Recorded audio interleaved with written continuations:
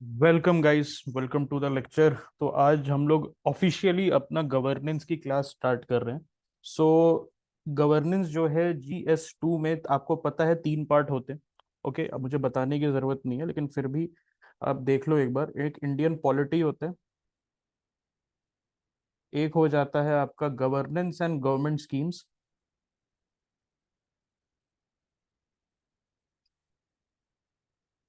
और फाइनली एक हो जाता है international relations and India's foreign policy.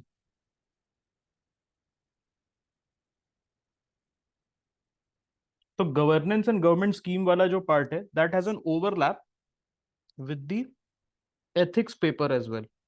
Okay, ethics का पेपर देखोगे तो जो फाइनल यूनिट है एथिक्स के सिलेबस में, that is overlapping. Okay, that is overlapping with the governance syllabus. You can go and check, एक बार देख लेना लास्ट का जो यूनिट है एथिक्स का, दैट हैज एन ओवरलैप। तो e governance, role of civil services, ये सारी जो चीजें हैं वो एथिक्स में भी ओवरलैप करती हैं। तो आप इसको, जो अभी हम गवर्नेंस की क्लासेस करेंगे, तो उसको इस तरीके से आप देख सकते हो कि एक तरीके से आपका एक यूनिट एथिक्स का भी प्रिपेयर हो जाएगा। ऑन एवरेज 75 से लेके 100 मार्क्स तक। Okay, on a good year 100 marks तक, और ऑन अ नॉर्मल ईयर 60 से 75 तक, आप ऐसा कह सकते हो, 60 to 75 नंबर तो मिनिमम आते हैं गवर्नेंस के। गवर्नेंस के क्वेश्चन जो है 60 से 75 नंबर के जरूर आते हैं। That's why it becomes important कि गवर्नेंस जो है उसको हम कंप्रिहेंसिवली कंप्लीट करें, ताकि एक जो बिग चंक है, ओके, एक जो बिग चंक है हमारा GS पेपर 2 का, वो कंप्लीट हो जाए और जेनरिक आंसर्स हम ना लिखें। वी विल हैव, इसमें एक चीज होती है कि गवर्नेंस में, जब भी गवर्नेंस की बात करते हो, तो आप एक तरीके से you are trying to project yourself as a bureaucrat. You are trying to project yourself as a bureaucrat. तो गवर्नेंस में यू नीड डेटा। ओके, जैसे आप कोई स्कीम पढ़ रहे हो, मनरेगा पढ़ रहे हो, if you are reading about Har Ghar Jal scheme, तो कितने घर में पाइप लगा, you should have that data with you. और उसको जब आप कोट करोगे तो that will give your answer authenticity. वो जो स्टैटिस्टिक्स है वो आपको तो दे दिया जाएगा, but it is your duty कि आप उसको इनकलकेट करके अपने आंसर्स में आप उसको यूज करो। ओके, उसके साथ साथ रिपोर्ट्स वगैरह, रिपोर्ट्स दोनों सोर्सेस से हो सकती हैं, गवर्नमेंट की सोर्सेस से भी हो सकती है, और एनजीओ के सोर्सेज से या सिविल सोसाइटी के सोर्सेज से भी रिपोर्ट्स हो सकती है। बहुत सारे एनजीओज है, बहुत सारे गवर्नमेंट है who are working for rural development, who are working for maybe open defecation free India, who are working for women empowerment. Okay, so ये सारी चीज जो है आपको करना होगा। ओके, पोवर्टी के लिए, पोवर्टी का कितना डेटा है, so that is again an overlap with your GS1 and GS2। GS1 में आपको पोवर्टी एज अ कंसेप्ट पढ़ना है। ऑल राइट, GS1 में पोवर्टी आपको एज अ कंसेप्ट पढ़ना है। आपको अगर याद होगा तो poverty and associated challenges, okay, poverty का इशू जो है वो आपको पढ़ना है as a stand alone topic. लेकिन जब गवर्नेंस की बात आती है, तो हम पोवर्टी एज अ टॉपिक पढ़ रहे हैं। We are studying poverty, but at the same time we are also studying it, कि हम उसको टैकल कैसे कर सके। गवर्नेंस का मतलब ये होता है ना कि if you are going to become a district magistrate, तो आप किसी भी डिस्ट्रिक्ट में चले जाओ, there is an issue of poverty. Okay, there might be caste based poverty, there might be class based poverty. So जब आप डीएम हैं किसी भी डिस्ट्रिक्ट के, to you need to know what is the data of that particular district, what kind of reports are out there, which is telling you what challenges are there and what you can do. Okay, क्योंकि आप अंतर्यामी नहीं है किसी भी district में जाके, आप if you sit as the DM, तो आपको हेल्प लेनी पड़ेगी। और वो हेल्प कहाँ से आएगी? रिपोर्ट से आएगी, डेटा से आएगी। वही चीज आपको इनकलकेट करना है आपके गवर्नेंस के आंसर में। ओके, ये चीज आपको ध्यान रखनी है। So let us start with the first class. पहली क्लास हम क्या कर रहे हैं? We are studying about electoral reforms. अब मैंने क्या बताया था उससे पहले, आपको याद होगा, when we were talking about answer writing की क्लास में, कि अगर कोई क्वेश्चन रिफॉर्म्स के लिए पूछता है तो इसका मतलब क्या होता है। अगर कोई टॉपिक या क्वेश्चन रिफॉर्म्स के लिए पूछ रहा है, if it is asking you to give the reforms and measures, suggested measures पूछ रहा है, तो what is the core issue here?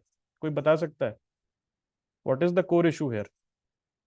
I have told you guys, अगर रिफॉर्म्स पूछ रहा है, अरे वेरी गुड यार, very good. Okay, so reforms अगर पूछ रहा है, इसका मतलब प्रॉब्लम्स एग्जिस्ट करती है। अगर हम इलेक्टोरल रिफॉर्म्स के बारे में बात कर रहे हैं, अगर हम इलेक्टोरल रिफॉर्म्स के बारे में आपसे कोई पूछ रहा है, इट मीन्स कि रिफॉर्म्स तभी ना होगा जब कोई प्रॉब्लम है. You do not do any reforms on system which doesn't has a problem. इस चीज को आपको याद रखना है. ओके, सो थोड़ा सा ओवरव्यू ले लेते हैं बिफोर डिस्कसिंग दी चैलेंजेस. थोड़ा सा ओवरव्यू ले लेते हैं कि इलेक्टोरल प्रोसेस इन इंडिया कैसे वर्क करता है. ओके, तो इलेक्टोरल प्रोसेस जो है वो हमारे कॉन्स्टिट्यूशन मेकर्स ने पार्लियामेंट के ऊपर छोड़ दिया था. Okay, they established an election commission 324 में. They gave universal adult franchise under 326. और हम जो थे, it we were the first country in the world जिन्होंने फ्रॉम इंडिपेंडेंस अपने सारे अडल्ट्स को, despite their gender, despite their class, despite their caste, हमने उनको राइट टू वोट दिया. और एक चीज जान के you will be very pleasantly surprise कि जो हमारे कॉन्स्टिट्यूएंट असेंबली है, उसने सारे पॉइंट्स पे, every article was discussed in detail. every each and every article was discussed in detail by the constituent assembly. Only one article was passed without any debate, and that article was article 326, and it was included without any deliberations or discussion. The entire constituent assembly was unanimous in its implementation, and that was the universal adult franchise. Okay, आप America का concept देख लो, American democracy का अगर आप concept देखोगे तो initially only wealthy white landlords who owned slaves, they had the opportunity to vote. They were given the right to vote. Women were not given the right to vote even after 150 years of independence in the United States. Women को लड़ना पड़ा. Okay, women को लड़ना पड़ा. आप Britain का example देख लो, who claims to import democracy to India. वहां पर मिलिटेंट फेमिनिज्म क्यों राइज किया in the 1920s? Why militant feminism was on the rise? Because women did not had the basic rights in Britain. लेकिन हमारे country में हमारा जो structure था और जो हमारा कॉन्स्टिट्यूएंट असेंबली है, वो इस तरीके से कॉन्स्टिट्यूएंट असेंबली ने स्ट्रक्चर को बनाया that there was no debate that women will get the right to vote. There was no debate that all the individuals, despite the amount of property they hold, despite the caste they belong, we also factored in this thing कि caste system is a unique system, okay, which has been implemented in India. तो उसको भी हमने हामी भरी कि okay this thing, okay this caste system, it might be a very unique Indian thing, लेकिन it might be a unique Indian thing, लेकिन हम इसको सामने नहीं आने देंगे. And each and every person, be it a Brahmin, be it a Kshatriya, be it a Vaishya, be it a Shudra, be it a Dalit, okay, उनको right to vote तो हम दे के रहेंगे. ओके, जो राइट टू वोट है उनको हम दे के रहेंगे. So this is something that you need to be proud of. Okay, that this country, it was the first country that gave the right to vote without any deliberation or discussions to each and every individual, with despite the property they held, despite the gender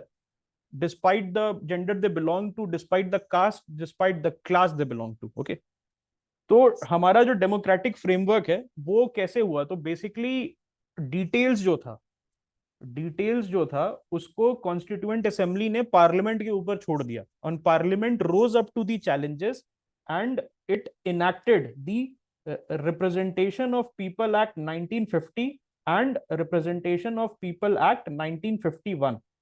तो जो 1950 है उसमें बताया गया है who can vote, who is a voter, who can vote, what is the limitations.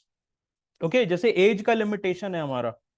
Okay, then कहां पर vote कर सकता है, कैसे वोट कर सकता है, वोटिंग का प्रोसेस क्या है, वो सारा आपको 1950 वाले में मिलेगा.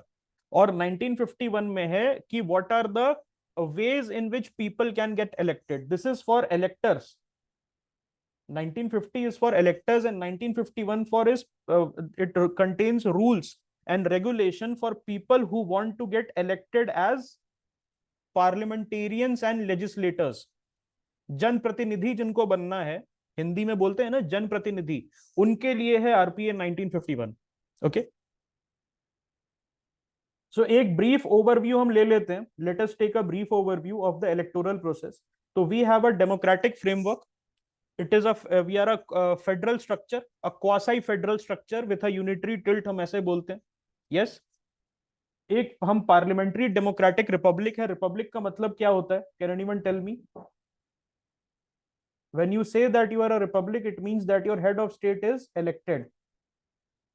आपका जो हेड ऑफ स्टेट है वो इलेक्टेड है. इसका उल्टा क्या होता है? इसका उल्टा होता है constitutional monarchy, where the person, the head of state is not elected, rather he exercises this divine right theory. Okay लेकिन उसके पास एग्जीक्यूटिव पावर जो है वो एग्जीक्यूटिव पावर एक प्राइम मिनिस्टर के साथ शेयर करता है. एग्जाम्पल के तौर पे ब्रिटेन. ओके एग्जाम्पल के तौर पे Denmark. Okay Netherlands, Spain. Even if you will see the ये जो कनाडा है, न्यूजीलैंड है एंड ऑस्ट्रेलिया, उसमें भी हेड ऑफ स्टेट जो है, okay that is appointed by the British monarch. Okay governor general बनता है वहां का, who is appointed by king Charles. पहले क्वीन एलिजाबेथ करती थी, उनके मरने के बाद उनके लड़के किंग चार्ल्स कर रहे हैं. ओके सो लेकिन हमारे केस में क्या है, जो हमारी महामहिम है Droupadi Murmu, she is elected. Okay she is indirectly elected by our parliamentarians and legislators. Okay elections in India 3 level पे कंडक्ट होता है. नेशनल लेवल पे कंडक्ट होता है, स्टेट लेवल पे कंडक्ट होता है, एंड देन 73rd और 74th अमेंडमेंट एक्ट के बाद लोकल बॉडीज में भी उन्होंने कंपलसरी कर दिया है, जैसे म्युनिसिपल कॉर्पोरेशन, वहां पर भी म्युनिसिपैलिटीज एंड पंचायत. ओके तो 3 लेवल पे, 3 लेवल पे होता है. नेशनल लेवल पे आपके प्राइम मिनिस्टर रहते हैं, इलेक्ट होते हैं, तो वहां पर कहां पर होता है? Lok Sabha. people get elected to the Lok Sabha, they become parliamentarian. Okay. Second level पे people become MLA. Okay. They get elected to the state legislative assembly. और third level पे कहाँ होता है? Okay. They become ward councillors और ward parsheds, या they become sarpanch. Okay. ठीक है. Then we have an election commission under Article 324. हमारे जो कॉन्स्टिट्यूशन में आर्टिकल 324 है, ये हम एक इलेक्शन कमीशन को एस्टैब्लिश करता है, who has the superintendence over the electoral process of the country. अब ये आर्टिकल 324 में है, तो कोई बता सकता है इसका मतलब क्या हुआ? What is election commission now? If it is mentioned in the constitution in under article 324, it becomes what? A constitutional body. Beautiful. अब यहां पर देखो मैं क्यों पूछ रहा हूं ये question. This question I am asking you guys because GS2 mains में 15 मार्क्स का क्वेश्चन आ चुका है. How can a statutory body be converted into a constitutional body? Give the steps. आपको स्टेप्स बताना होगा. ठीक है. It's a very simple question but people got bamboozled. Okay people got confused कि इसका मतलब क्या है, इसमें करना क्या. कुछ करना नहीं था, आपको बस बताना था कि इंक्लूजन, जैसे NC/SC और NC/ST इंक्लूड हुए. ओके जैसे वो इंक्लूड हुए, then OBC commission. All right. OBC commission was in news because NDA जो गवर्नमेंट है उसने ओबीसी कमीशन को कॉन्स्टिट्यूशनल स्टेटस दे दिया. तो ओबीसी कमीशन जो था, बैकवर्ड कास्ट कमीशन जो था, उसके चलते ये क्वेश्चन यूपीएससी ने पूछ लिया. तो always be on the lookout for such news. All right. इसको न्यूज को इस तरीके से आप मत पढ़ो कि just get the facts only. You don't need to get the facts. उसको कनेक्ट करके देखो कहां कहां पर चारों जीएस पेपर में कहां कहां ये क्वेश्चन आ सकता है. अगर बैकवर्ड कास्ट से क्वेश्चन, बैकवर्ड कास्ट कमीशन को कॉन्स्टिट्यूशनल स्टेटस दे दिया, इसका मतलब caste is in vague, it's in vogue. Sorry. Caste जो है, कास्ट, कास्ट पढ़ो. What is caste? Okay what is, उसमें कास्ट का इशू क्या है, बैकवर्ड कास्ट का इशू क्या है, सब कैटेगराइजेशन ऑफ बैकवर्ड कास्ट क्या है. All right. ये सारी चीजें आपको ऐसे, this way if you will study the current affairs, it is going to pay rich dividends. हमारा जो इलेक्टोरल प्रोसेस है उसमें एक वोटिंग सिस्टम होता है. ओके वोटिंग सिस्टम होता है, वोटर रजिस्ट्रेशन होता है. All citizens who are above the age of 18, पहले ओरिजिनल जो वोटिंग था वो 21 ईयर्स था. ओरिजिनल जो लॉ था उसमें 21 ईयर्स था. राजीव गांधी के समय उसको 3 साल कम करके 18 कर दिया गया. And so now people above the age of 18 they are eligible to vote. तो 18 साल के हो गए तो you can go and get your voter ID card. Okay, then we have now switch to electronic voting. अब हम we use something called VVPAT. पहले हम बैलेट वोटिंग करते थे. देन इन दी 80s ये बात चली कि बैलेट वोटिंग जो है उसमें मैनिपुलेशन हो सकता है, तो हमने 90s में स्विच किया with a pilot project. Certain constituencies में हमने सबसे पहले वीवीपैट को लेके आए हम. ओके, वीवीपैट में क्या होता है कि आप अगर बटन्स यूज करके, ओके, बेसिकली आप बटन्स यूज करके अपने इलेक्ट्रॉनिकली अपने रिप्रेजेंटेटिव को वोट कर सकते हैं. This is a very efficient way. This is a rather a very efficient way of conducting the voting process. उससे पहले क्या होता था? ओके, उससे पहले क्या होता था? यस, ईवीएम होता था, लेकिन ईवीएम में भी certain political parties and certain interests, they said कि ईवीएम जो है, electronic voting machine, that is not very safe. Okay, they might be hacked. उसके बाद इलेक्शन कमीशन ने एक हैकाथॉन चलाया था. हैकाथॉन में they gave open challenge to any person who can come and hack the EVM.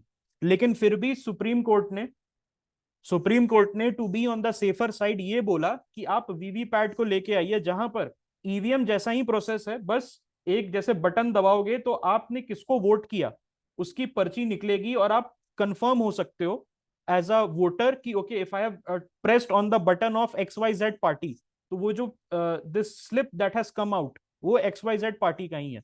Okay, सो हमने कहां से स्टार्ट किया? We started with ballots, then we switch to EVM, and finally we are now at VVPATs. Okay, और हमारा जो system है वो क्या है? FPTP, that is first past the post electoral system. और ये first past the post electoral system, दूसरा सिस्टम को क्या बोलते हैं? Can anyone tell me? The next system is called proportional representation. Okay, proportionate representation और प्रोपोर्शनल रिप्रेजेंटेशन. सो एफपीटीपी और PR में क्या फर्क है?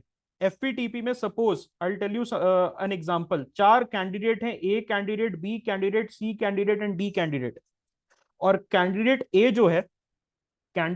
जो है अगर उसको 35% वोट मिले, कैंडिडेट बी को 20% मिला, ओके, कैंडिडेट सी को सपोज 30% मिला, ओके, एंड कैंडिडेट डी को 15% मिला, तो इसमें से candidate A will win automatically. इसमें से कैंडिडेट ए जो है वो ऑटोमेटिकली जीत जाएगा. ओके, तो ऐसा ही होता है. सपोज अगर आप देखोगे बीजेपी और कांग्रेस, दो मेजर नेशनल पार्टी है, उनका जो वोट परसेंटेज है that is not very different. Okay, जो 2014 का इलेक्शन हुआ था उसमें ज्यादा डिफरेंस नहीं था दोनों के वोट परसेंट में, लेकिन सीट्स में बहुत ज्यादा डिफरेंस आ गया. उसके पीछे का रीजन क्या है? बिकॉज जो बीजेपी है, they were able to get the highest votes among the rest by basically management at micro level. They were able to get a lot of votes, all right, and they were able to get a higher percentage of vote compared to their competitors. That's why even with 2 to 3% gap in the voter percentage, voting percentage में 2 से 3% gap रहेगा, लेकिन it can make a difference of 100 seats because we follow this model called the first past the post. okay, और proportional representation में क्या होता है?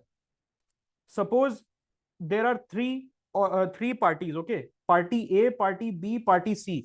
Party A has got 50% vote, party B has got 35% vote and party C has got 15% vote.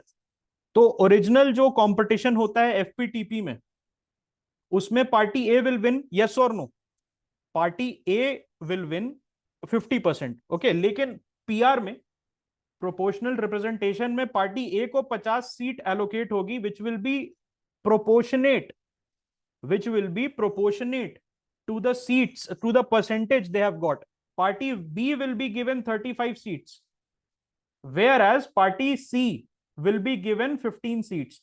तो proportionate representation में यह रहता है कि अगर कोई पार्टी है suppose who is getting 15% vote, तो उनके भी रिप्रेजेंटेटिव्स आपको पार्लियामेंट में दिख जाएं. ओके, उनके भी रिप्रेजेंटेटिव्स आपको पार्लियामेंट में दिख जाए. इसका एग्जांपल मैं देता हूं, how different it is from what we have. तो बीएसपी, बहुजन समाज पार्टी जो है, उसको consistently good percentage they poll in a very good percentage of votes in the UP elections and the general elections. लेकिन फिर भी अगर आप देखोगे उनका सीट्स, इट हैज 0 सीट्स और 1 to 2 सीट्स, या तो 0 सीट होता है या 1 से 2 सीट ज्यादा से ज्यादा। और in the UP election they get only 15 to 20 seats. What is the reason? Despite polling a good amount of numbers, they get a very less seats. उसके पीछे का रीजन है एफपीटीपी वाला, बिकॉज उनके जो कैंडिडेट्स हैं मेजोरिटी एरियाज में दे कम second और third with good amount of votes, but they do not come first. In the normal scenario, अगर हम प्रोपोर्शनल रिप्रेजेंटेशन की बात करें, प्रोपोर्शनल रिप्रेजेंटेशन की बात करें तो बीएसपी को अच्छे खासे सीट्स मिल जाएंगे, 50 से 70 सीट्स मिल जाएंगे, depending on their vote percentage. Since we do not follow that model, हम उस मॉडल को फॉलो नहीं करते हैं, इसीलिए ऑलराइट, इसीलिए जो बीएसपी है उसको 0 या 1 2 सीट्स आता है। ओके, इसके पीछे का रीजन क्या है? What is the benefit? अब यहां पर एक चीज आप जान लो कि एक एग्जांपल ले लो। Can you give me some examples of countries जहां पर प्रोपोर्शनल रिप्रेजेंटेशन है? Can you give me some example of countries जहां पर प्रोपोर्शनल रिप्रेजेंटेशन है? The best example that you can get is Israel. भाई इजराइल में every month there is a political turmoil. India का worst period हम कह सकते हैं, just take out the 62 war, worst period was the coalition years. Because सरकार जो थी 90s में, मल्टीपल सरकार बनी, मल्टीपल सरकार गिरी, something which started in the late 80s and it reached its peak because Atal Bihari Vajpayee की 13 डेज की सरकार सभी को याद होगी। 13 दिन चली थी पहली सरकार अटल बिहारी वाजपेयी की। Okay, and then Inder Kumar Gujral had to step in 1997। Inder Kumar Gujral जो है, उसके बाद फिर Atal Bihari Vajpayee. Okay, so coalition years, अगर हम प्रोपोर्शनल रिप्रेजेंटेशन पीआर करते हैं तो हमारा जो इलेक्टोरल प्रोसेस है, it will turn into a mess. There will be constant political turmoil, not one party, not a single party is going to get majority, and the prime minister will have to make a lot of concessions. Do you get what I'm saying? अगर यहां पर BJP का देख लो तो BJP rarely crosses 50% vote. इसका मतलब जो टोटल वोट्स पोल्ड होता है उसमें से 50% लोगों ने भी बीजेपी को वोट नहीं दिया है। अगर हम प्रोपोर्शनल रिप्रेजेंटेशन चलाएंगे तो उसमें बीजेपी को हो सकता है कि मेजोरिटी ना मिले, and they will have to make do, okay, they with 40 or 41% of the total seats, so they will have to look for allies। और allies जो होता है आपको पता है, coalition धर्मा जो है, it is all about compromises। okay, we also have reserved constituencies, which is basically a legacy of the Pune Pact। Everybody knows what is the Pune Pact, so it was signed in the Yerwada jail between two people। Can you tell me who which were those two people who signed the Pune Pact? So Pune Pact जो है, it was signed between Gandhi ji and Ambedkar ji. उन दोनों ने मिलकर इसको sign किया था, और इसमें बेसिकली ये कहा गया था that there will be reserved constituencies for the scheduled caste and the scheduled tribes।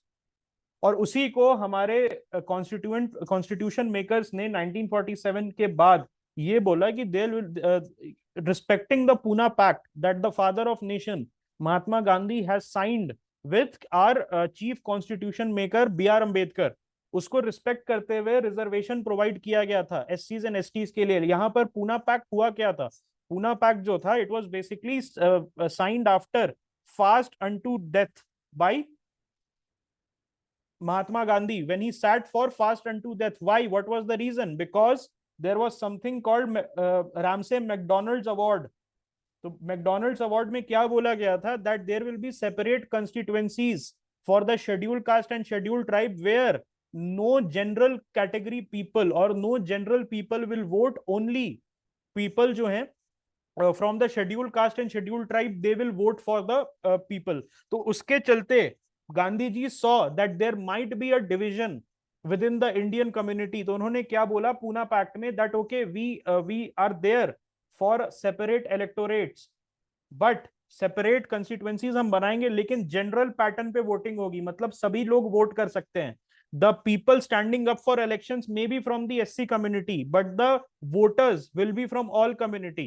And hence we can say that Gandhi ji जो है उन्होंने further fragmentation of the Hindu society उसको बचा लिया, which was a basically a British conspiracy to divide and rule. Okay, so उसी उसी के लिए आज के दिन में आप देखोगे तो there are reserve constituencies at the general election level for the एससीज एंड द एसटीज. अभी विमेन रिजर्वेशन बिल भी आया है जहां पर they are saying that they are going to provide reservation for women. Okay, और at the lower level in certain states there is also OBC reservation, okay, for elections to the panchayats and the municipalities. अभी UP का case था, UP में the UP government said that they are not going to conduct the local elections unless and until the OBC reservation issue is solved. Okay, they want OBC seats in the local elections. Okay, so this is done for what? This is done to give basically representation. Okay, इस ये क्यों होता है? Because representation better हो पाए certain communities का. Okay, women's representation जो है अभी कोई नहीं है, लेकिन गवर्नमेंट ने प्रॉमिस किया है that they are going to implement this after the next delimitation and the next census. Election cycle हमारे यहाँ 5 साल की होती है, वो कम भी हो सकती है अगर गवर्नमेंट पहले फॉल कर जाए ड्यू टू सर्टेन रीजन, और ज्यादा भी हो सकती है अगर इमरजेंसी का सिचुएशन, कोई वॉर, ओके, कुछ आर्म्ड रिबेलियन इस टाइप की चीजें हो जाए. अगर ये हो जाए तो उससे ज्यादा भी हो सकती है, 5 साल से ज्यादा, depending upon the basically parliament को ये क्लियर करना होगा that okay this is legitimate, और जो जुडिशियल रिव्यू है दैट इज ऑल्सो प्रेजेंट. अगर सरकार चाहती है कि उसका टेन्योर 5 साल से ज्यादा हो तो it has to go through the constitutionality test by both the parliament and the judiciary. Okay, 2029 में होगा इलेक्शन, अभी 2024 में होने जा रहा है, फिर 2029 में होगा. तो या तो अगर 2024 में जो सरकार इलेक्ट होगी वो पहले गिर जाए, ओके, तब पहले इलेक्शन हो जाएगा. ओके, पहले इलेक्शन हो जाएगा. एंड यहां पर ये चीज है कि जो नई सरकार आएगी, न्यू गवर्नमेंट जो आएगी आफ्टर द गवर्नमेंट फॉल्स, तो वहां पर क्या होगा? Basically it will serve the entire 5 years, whereas this provision is not applicable at the lower level. Lower level पे क्या होता है? Suppose the panchayat is dissolve, तो जो नई पंचायत बनाई जाएगी वो रिमाइंडर ऑफ द टर्म के लिए होती है. whereas when you talk about the government at the higher level, state में हो गई या आपके वहां पर हो गई सेंटर लेवल पे हो गई, तो अगर गवर्नमेंट मान लो 2024 में नई सरकार आई, 2026 में they get dissolved, the parliament get dissolved and the government falls, तो जो नई सरकार आएगी 2026 में they will serve until 2031. Originally कब होना था? 2029 में होना था, लेकिन सरकार फॉल कर गई 2026 में. नई सरकार जो आएगी वो पूरा टेन्योर सर्व करेगी टिल 2031. ओके, तो इलेक्शन साइकिल वहां पर ऑल्टर हो जाता है. ओके,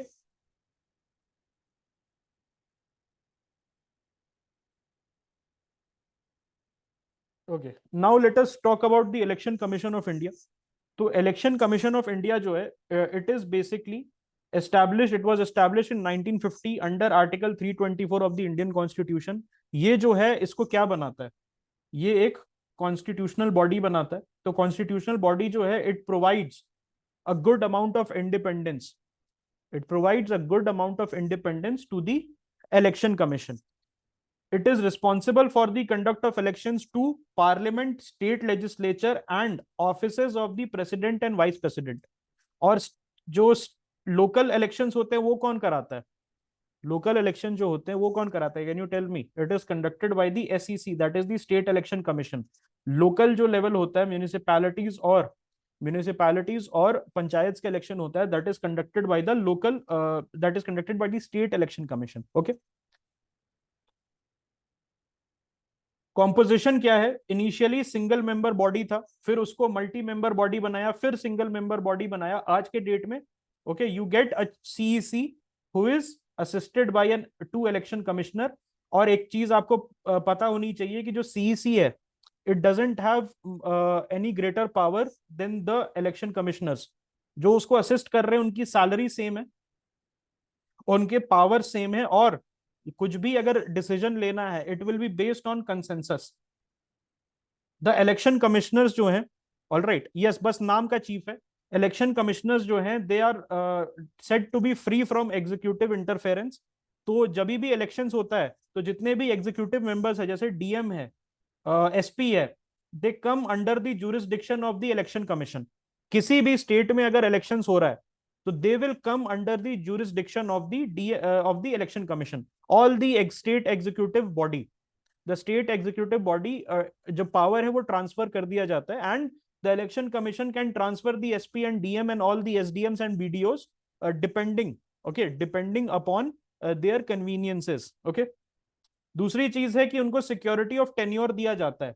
मतलब क्या होता है सिक्योरिटी ऑफ टेन्योर का, कि अगर आपको निकालना है इनको तो आप उनको इम्पीच करोगे पार्लियामेंट में। इलेक्शन कमिश्नर को अगर आपको निकालना है तो उनके against there has to be substantial evidence of misbehaviour और इनकैपेसिटी, और फिर आप उनको क्या करोगे, इम्पीच करोगे, just like you impeach a supreme court जज, which is a very very difficult process. Okay, which is a very very difficult process to do. Okay, इसीलिए सिग्निफिकेंट, बेसिकली सिग्निफिकेंट पावर्स होती है। दूसरी चीज है इनकी फंक्शंस एंड रिस्पॉन्सिबिलिटी देख लो, तो सबसे important function is to conduct free and fair elections. Superintendence का मैंने बताया था, they have got the power of superintendence over the electoral process of India. Okay, then preparing and updating electoral rules. कौन vote कर सकता है, कहां से वोट कर सकता है, ये बेसिकली डिटरमाइन करेंगे। दूसरा, recognising political parties and allotting them election symbols. और इसके साथ साथ क्या कर सकते हैं, दे कैन, जो डिस्प्यूट्स होता है, जैसे अभी शिवसेना का डिस्प्यूट था, वो मैंने कवर किया था क्लास में, I had cover that in class. Okay, तो शिवसेना वाला डिस्प्यूट था, उस पर किसने प्रिसाइड किया था, that was presided bye the election commission. और इलेक्शन कमीशन, अगर आपको डिस्प्यूट है, suppose you want a पेपे frog, पेपे frog symbol, और चार लोग क्लेम कर रहे हैं कि नहीं नहीं मुझे चाहिए पेपे फ्रॉग का सिंबल, तो आपको इलेक्शन कमीशन की बात माननी पड़ेगी। और जो अलॉटमेंट है और सिंबल्स है, this is done through an act. Okay, I if I am not wrong 1967 का सिंबल्स एंड अलॉटमेंट एक्ट है, उसके through it is a statutory process. तो स्टैट्यूटरी पावर मिली हुई है इलेक्शन कमीशन को, कि आप प्रिसाइड कर सकते हो और आपका डिसीजन फाइनल होगा। आपका जो डिसीजन है it is final, election commission का decision regarding allotment of symbols, alright, to and recognising political party, it is final. Then monitoring election campaigning including financing. तो फाइनेंस जो है वो सर्टेन लिमिट बांधा हुआ है, एमएलए एक सर्टेन लिमिट तक खर्चा कर सकता है, एमपीज जो है वो सर्टेन लिमिट तक खर्चा कर सकता है। इस लिमिट को इन्फोर्स कौन करता है, इस लिमिट को इन्फोर्स करता है इलेक्शन कमीशन। आपने देखा होगा टीवी वगैरह में दैट इलेक्शन कमीशन के जो मेंबर्स हैं, उन्होंने वो जो अल्कोहल है, बिरयानी है, इन सबको सीज किया है। क्यों? अल्कोहल एंड बिरयानी क्या होता है, अल्कोहल एंड बिरयानी जो है वो it is used to bribe voters. तो ये इलेक्शन कमीशन की ड्यूटी है दैट दे ओवरसी कि इस तरीके की चीजें, the MLAs and the MPs are not indulging in all these activities. Okay, yes, there is a legal process, there is a statutory process, and that is I think 1967 का जो rules है, okay, rules not laws, okay, जो rules है election allocation symbols rule, उसके हिसाब से, okay, उसके हिसाब से किया जाता है। देन दे यूज टेक्नोलॉजीज, तो ईवीएम जो है और वीवीपैट है, all right, voter verifiable paper audit trail, it is introduced by the election commission only. Voter education and participation, तो आपने देखा होगा ये नीरज चोपड़ा, ओके, नीरज चोपड़ा जैसे लोग, और who are youth icons basically, जो यूथ को इंस्पायर करते हैं, मैरी कॉम, ओके, ये सारे जो लोग हैं, मैरी कॉम, ज्वाला गट्टा, नीरज चोपड़ा, इन सबको रोपिन करता है अमिताभ बच्चन, उनको रोपिन करता है election commission to enhance the image, okay, of the electoral process, कि आप भी जाके वोट करें। और यूथ जो है, since the majority demographics of this country is of people who fall in the 50 to 40 range, 15 से 50 साल के बीच में मेजोरिटी जनता फॉल करती है, तो उनको प्रमोट करने के लिए, उनको बेसिकली बताने के लिए कि this is a very cool and hip thing to do, choosing your representative. Okay, now let us see what are the challenges that are faced by the election commission. तो one is managing the world's largest election. यहाँ पर छोटे मोटे cases होते रहते हैं, जैसे booth capturing हो गया, जैसे पोल वायलेंस हो गया। ओके, जैसे और क्या हो सकता है, पोल वायलेंस, बूथ कैप्चरिंग, ये बिरयानी बंटना, alcohol distribution, bribing the voters. Okay, ये सारी चीज जो है, ओके हाँ, basically then hate speech is a very big issue.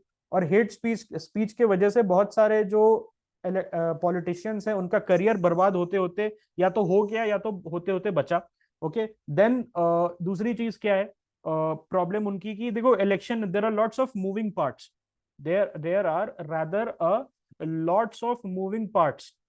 क्योंकि सपोज 1.6 बिलियन पॉपुलेशन है, उसमें से अगर हम ये कह लें कि 400 million people are going out to vote, so that is equal to the population of United States, population of USA को वोट करना है, आप ऐसा समझ लो। So this is a very large exercises, और इसमें क्या होता है कि you have to requisition lakhs of troops, lakhs of CAPF के जो ट्रूप्स हैं उनको रिक्विजिशन करना होता है इस चीज के लिए।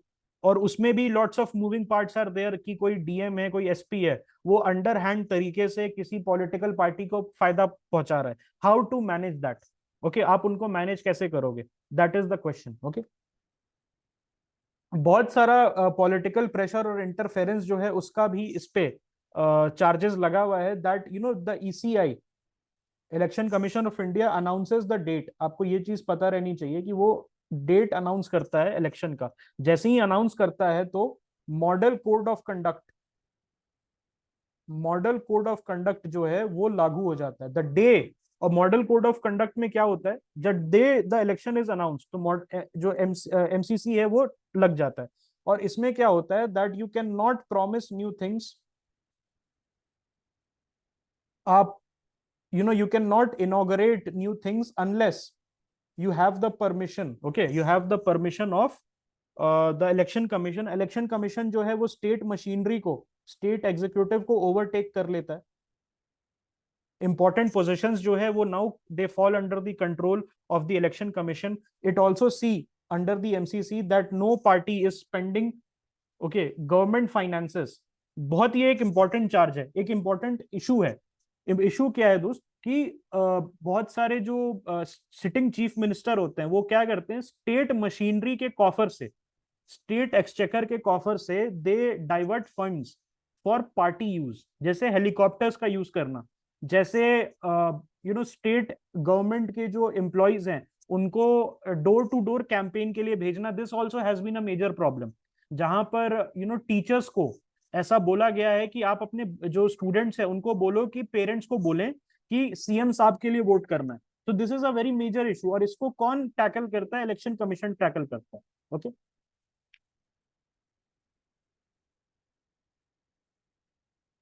Then campaign finances and electoral spending पे, that is also a problem. अगर कुछ XYZ लिमिट है, और they have to ensure, they have to ensure कि XYZ जो लिमिट है that is adhere to by the MPs and the MLAs.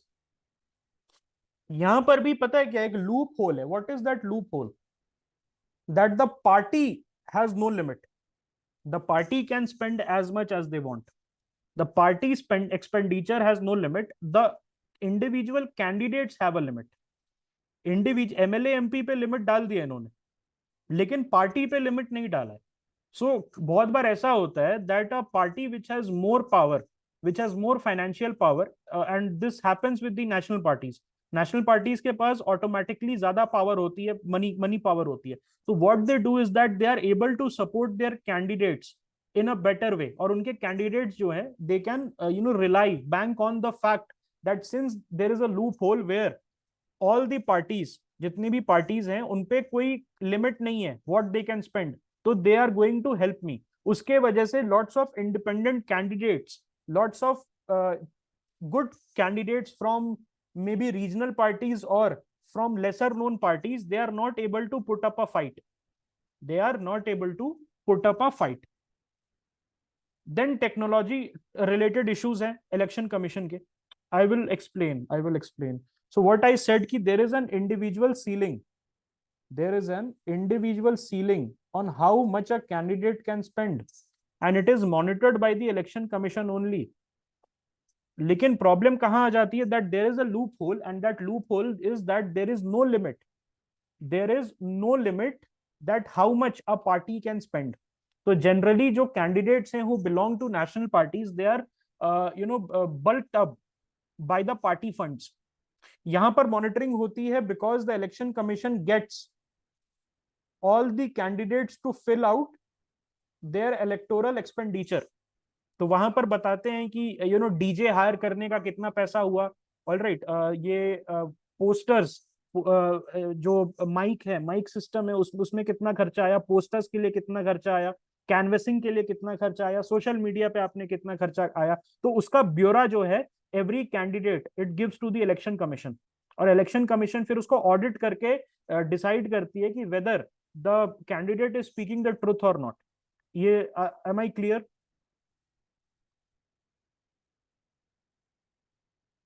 अब यहां पर suppose there are 10 cars which are following the candidate. 10 car है और वो कैंडिडेट को फॉलो कर रही है. तो इलेक्शन कमीशन ने पूछा, भाई साहब 10 कार जो है उसमें से आपने कैसे कर लिया, 10 कार को आपने कैसे हायर कर लिया. The candidate can say, sir 5 car मेरे पार्टी फंड से आए हैं, ये मेरा नहीं है. 5 कार मैंने हायर नहीं किया, वो पार्टी फंड ने हायर किया. 5 कार मेरे पर्सनल फंड से हायर हुए. और उसमें से वो ये भी बोल सकता है कि 2 कार तो सर मेरे अपने हैं, तो उसको मैंने हायर करने के लिए पैसा नहीं दिया, उसमें फ्यूल लगा 1,000 रुपए का. Okay, so these are the loopholes. और वहीं पर जो इंडिविजुअल कैंडिडेट है उसके पास एक ही गाड़ी. ओके, बेचारा वो घूम रहा है door to door, okay, with his family, की सर मेरे को वोट कर दो, I am a better candidate. But वो भौकाल नहीं आ पा रहा है. दैट इम्पैक्ट ही is not able to make, and that is a very big issue because good people, they are not getting elected. Electable people are not getting elected, but people who have better financial prowess, they are getting elected. Where electoral bonds, no, electoral bonds जो है वो उसके लिए नहीं था, इस चीज के लिए नहीं है. वो मैं बात करता हूँ क्यों था. इलेक्टोरल बॉन्ड्स वाज कि पार्टी का जो फंड्स है वो एंटी नेशनल या वेस्टेड इंटरेस्ट से ना आए. लेकिन उन्होंने क्या कर दिया इलेक्टोरल बॉन्ड्स में क्या कर दिया कि उसको एनोनिमस कर दिया. 20,000 से नीचे अगर आप कर रहे हो तो एनोनिमस होके आप डाल सकते हो. तो people by multiple bonds of 15,000 और मे बी 19,000, जो भी डिनोमिनेशन में मिलता है, 10,000 का खरीद लेते हैं. ऑलराइट, हाँ, सेंट्रल गवर्नमेंट जान सकती है. तो ये बेसिकली एक तरीके से दादागिरी है, आप ये कह सकते हो. दादागिरी है, आप ये कह सकते हो. And they have to make they have to make the they have to make this public कि कितना पैसा आया. जैसे आम आदमी पार्टी को 37 करोड़ रुपए आए, कांग्रेस पार्टी को 150 करोड़ आया, BJP it's a national level party, तो उसको ऑब्वियसली ज्यादा आएगा, 350-400 करोड़ रुपए दे वर एबल टू करेक्ट. तो ये कहां पर जाता है, ये सोशल मीडिया कैनवेसिंग में जाता है. They give money to the social media political agents, जो जाते हैं सोशल मीडिया पे लिखते हैं क्योंकि you can vote for this party and you can vote for that party, just like marketing happens. तो ये मार्केटिंग बजट के रूप में कन्वर्ट हो जाता है. ऑलराइट, ये चीज हो जाता है. Yes, but you can remain anonymous at the higher level. आप अनोनिमस रह सकते हो at the higher level. Electoral bond जो है वो सिर्फ आप एसबीआई के ब्रांच से खरीद सकते हो, स्टेट बैंक ऑफ इंडिया से. And I don't think that no sane person is going to go and buy the electoral bonds. ये जो 20,000 के नीचे वाला लिमिट है, this is a loophole for the corporates only. Corporates को directions मिल जाती है कि ओके यू कैन, आपको अगर ये नहीं बताना है, बिकॉज सी व्हेन कॉर्पोरेट्स को बताना पड़ता है कि कितना पैसा उन्होंने दिया पॉलिटिकल पार्टीज को, तो ये होता है कि वो निशाने पे आ जाते हैं ऑफ द ऑपोजिशन और द रूलिंग पार्टी, अगर वो डिपेंडिंग अपॉन किसको उन्होंने पैसा दिया है. तो जनरली क्या होता है that all these corporate houses, they use to contribute equally to all. Suppose कोई एग्जांपल है, कोई मान लो रिलायंस का, जस्ट हाइपोथेटिकल एग्जांपल दे रहा हूँ. रिलायंस ने क्या किया वो मैं नहीं बता रहा हूँ, बट एग्जांपल दे रहा हूँ. मान लो रिलायंस कंपनी है, तो वो क्या करती थी पहले कि 50 करोड़ का डोनेशन अगर बीजेपी को दिया तो 25 करोड़ कांग्रेस को भी दे देती थी पैसिफाई करने के लिए, और 10 करोड़ समाजवादी को भी दे देती थी पैसिफाई करने के लिए, कि ठीक है मैं आपको इक्वली पैसा दे रहा हूँ. मैं आपको इक्वली पैसा दे रहा हूँ। सो ये जो इलेक्टोरल बॉन्ड्स का कंसेप्ट आया है, this is basically okay, this is basically to eliminate this thing. जो उनकी फेवरेट पार्टी है, आप उसको मल्टीपल 20,000 से नीचे का मल्टीपल बॉन्ड्स खरीद के उनको उतना पैसा दे सकते हो। Maybe send your agent, maybe send your employ, और वो जाके अपने नाम से मल्टीपल बॉन्ड सब्सक्राइब कर रहा है, आप उसको बाद में पे कर दो। सो और ये जो हो रहा है वो बेसिकली कंसंट्रेशन के लिए हो रहा है, because earlier corporate houses they have to compensate to all the parties कि ठीक है भाई तुम गुस्सा मत हो, मैंने बीजेपी को 50 करोड़ दिया तो कांग्रेस को मैं चलो 25 दे देता हूँ, और समाजवादी तुम गुस्सा मत हो, मैं तुम्हें 5 दे देता हूँ, तो सब चुप रहते थे। लेकिन अब क्या कर दिया है कि ठीक है भाई, तुम्हें 25 और 5 क्यों देना, वो भी 35 करोड़ भी हम ही दे दो अपनी फेवरेट पार्टी को। ओके, ये चीज है। देन दूसरी चीज क्या होती है, टेक्नोलॉजी रिलेटेड इशू है, एलिगेशन है ईवीएम टैंपरिंग के। ऑल्दो हैकेथॉन बनाया था, ऑल्दो हैकेथॉन अनाउंस किया था इलेक्शन कमीशन ने, लेकिन फिर भी अब वीवीपैट पे स्विच कर गए हैं just to be double sure. Okay, EVM जो है जनरली क्या होता है, हिपोक्रेसी का शिकार है हमारी कंट्री में। हिपोक्रेसी किस चीज की hypocrisy? That a lot of political party when they win, they do not say anything about EVM. जैसे कि नहीं नहीं जी, जनता जनार्दन का हमारे ऊपर आशीर्वाद है, बट व्हेन दे लूज दे से ईवीएम की टैंपरिंग हुई है जी, ईवीएम को हैक कर लिया है। ऑल राइट, एंड प्रॉब्लम क्या आती है कि सर्टेन बूथ्स पे ईवीएम मैल फंक्शन कर जाता है। सपोज अगर अनफॉर्चुनेटली आपने किसी पे दबाया, सपोज आपने कांग्रेस पे दबाया, चला गया बीजेपी को, और आपको बोल रहे हैं कि मैं तो दबा रहा हूं जी और यहाँ बीजेपी जा रहा है, ऑलराइट, तो ये बहुत बड़ा स्कैंडल हो जाता है। ऑल्दो बगल वाले बूथ में भी सेम प्रॉब्लम है, वहां बीजेपी के दबाने पे कांग्रेस चला जा रहा है, लेकिन फिर भी पॉलिटिकल अपॉर्चुनिज्म का शिकार हो जाता है ईवीएम। उसको खत्म करने के लिए वीवीपैट को लाया गया कि देख लो भाई, देख लो तुम किसको वोट कर रहे हो, and the thing is working fine. Okay, then voter list management is an issue. बहुत बार ऐसा होता है कि जो जेन्युइन वोटर होते हैं वो उनको डिलीट कर दिया जाता है due to some reason, because election commission का भी एक बहुत ही जाइजेंटिक टास्क है, एक बहुत ही मैमथ टास्क है, because billions of millions and millions of voters they have to be accommodated in that list. तो हो सकता है कि कुछ 10-20 हजार जो लोग हैं इधर उधर हो जाएं। उसके वजह से जो आर्टिकल 326 है, जो राइट्स है, राइट टू वोट है, that gets that gets limited for certain individuals, और उसका जो एक्यूजेशन है that comes on the election commission. तो इलेक्शन कमीशन इसीलिए आपको बोलता रहता है, आपको याद दिलाता रहता है थ्रू एडवर्टाइजमेंट्स एंड एवरीथिंग कि आप आके एक बार चेक कर लो वोटर लिस्ट में आपका नाम है कि नहीं, ताकि इलेक्शन वाले दिन आपको जरूरत इस चीज की प्रॉब्लम ना आए। ओके, देन डुप्लीकेट वोटिंग और घोस्ट वोटर्स का भी है। घोस्ट वोटर्स का क्या है, जनरली क्या होता है कि किसी के नाम से वोटर लिस्ट में नाम ऐड कर दिया, और proxy voting. Okay, non proxy voting तो चलो है, प्रॉक्सी वोटिंग का कंसेप्ट है हमारे कंट्री में, it is for serviceman who have been deployed on the who have been deployed as on the election duty। Election duty पे जिनको deploy किया जाता है, जैसे सर्विसमैन होते हैं सीएपीएफ के, उनके लिए दिस थिंग इज हियर। लेकिन अगर नॉन ऑफिशियल प्रॉक्सी वोटिंग भी होता है, जहां पर फेक आधार कार्ड पे फेक वोटर कार्ड बनाया जाता है, और जो पार्टीज, पॉलिटिकल पार्टीज है, अपने लोगों का वोट कर लेते हैं। Then enforcing the model code of conduct, ये भी बड़ा एक इशू है, क्योंकि जो इलेक्टोरल इन्वायरमेंट है that is very charged up. मतलब उस समय people try to win either by hook और crook, hook and crook both से जीतना चाहते हैं, उसके चलते मॉडल कोड ऑफ कंडक्ट जो है वो बहुत बार वायलेट होता है। It is up to the election commission of India कि वो एमसीसी जो है, मॉडल कोड ऑफ कंडक्ट, उसको एक तरीके से मैनेज करे। देन इलेक्टोरल मैल प्रैक्टिसेस जो है उसको मैनेज करना। इंक्लूसिविटी एंड एसेसिबिलिटी, ये बहुत इंपॉर्टेंट है, क्योंकि 70, 80, 90 year old voters, they also want to come. Voters who are paraplegic, who are disabled, they also want to come. Okay, there is a sometimes what happens is that election season के समय बहुत गर्मी होती है, तो उसके लिए क्या अरेंजमेंट्स है, पानी की व्यवस्था, पंडाल की व्यवस्था, ये सारी जो चीजें हैं, okay, having a tent, having water at the booth, ये सारी चीजें जो इलेक्शन कमीशन है उसके जिम्मे होती है। The election commission is responsible for all these things. Then under representation of women and minorities, both as electors or elected. Okay, electors and people who want to get elected, दोनों तरफ women और minorities जो है उनको basically जो election commission है, it wants to say कि आप भी आके वोट करें. All right, your vote also matters, don't stay at home. Okay, don't listen to the patriarchal notions कि विमेन का जो वोट है वो मैटर नहीं करता है. बिकॉज इंडिया में विमेन जो है they are also 49-50% of the population. तो आधी जनता जो है अगर वोट नहीं करेगी तो you can not say that it is a true election. Then media and information management, ये सबसे इंपॉर्टेंट है specially in the 21st century, because fake news का कंसेप्ट. ओके, यहां पर एक पर्टिकुलर बूथ पे जी बीजेपी को वोट चले जा रहे हैं. सपोज मैंने फैला दिया, okay, I am a political agent और मैंने ऑफ अ ऑपोजिशन पार्टी, और मैंने ये फैला दिया कि भाई बीजे उस बूथ पे तो बीजेपी का वोट जा रहा है, सब किसी को भी वोट करो, तो there will be panic. Then मैंने ये बात फैला दी कि पोल वायलेंस हो रहा है. ओके, किसी जगह पे हो नहीं रहा है, फेक न्यूज फैला दी मैंने.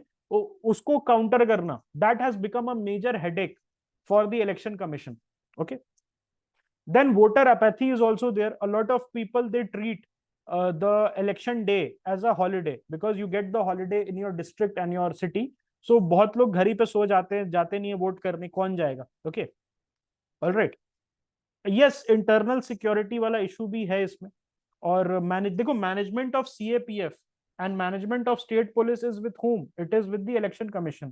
तो नक्सलिज्म का चैलेंज है, इंसर्जेंसी का चैलेंज है. Because what happens is that Naxals जो है in the early days, not now, अभी तो नक्सलिज्म का इम्पैक्ट बहुत कम हो गया, बट इन 2000s एंड 2005-6 के समय what they used to do is that they used to give directions that nobody will vote और they will get killed.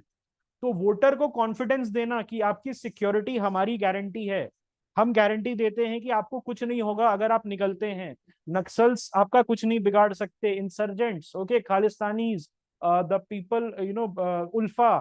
Assam elections में उल्फा हो जाता था.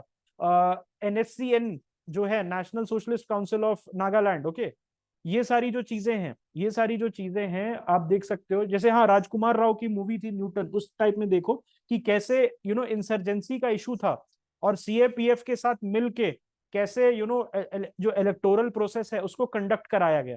ओके, यूएसए में भी है, बॉडीज है यूएसए में भी, you have the election commission both at the federal and the state level. Okay, वहां पर भी रेगुलेटरी बॉडीज है which are there to oversee the electoral process. Okay, okay, now let us talk about the electoral issues and challenges.